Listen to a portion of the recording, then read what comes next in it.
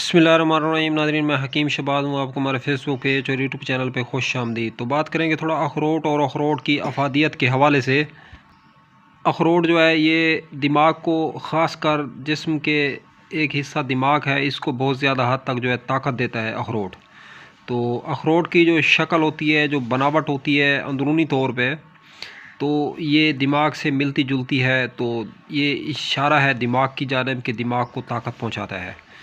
तो अखरोट का जो खाने का सही टाइम और सही वक्त है, इसको खाली मैदा खाया जाए, कोशिश करें तो खाली पेट खाया जाए, सुबह के टाइम या खाना खाने के बाद खाया जाए।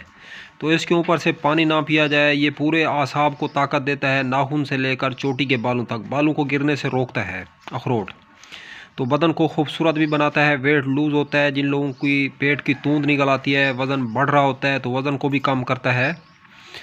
तो अखरोट बदन को मजबूत करता है, बाह में इजाफ़ा करता है, बाह को ताकत देता है, पट्ठों को मजबूत करता है, सुस्ती लाखरी जिस्म में इसका भी जो है सद्भाव करता है।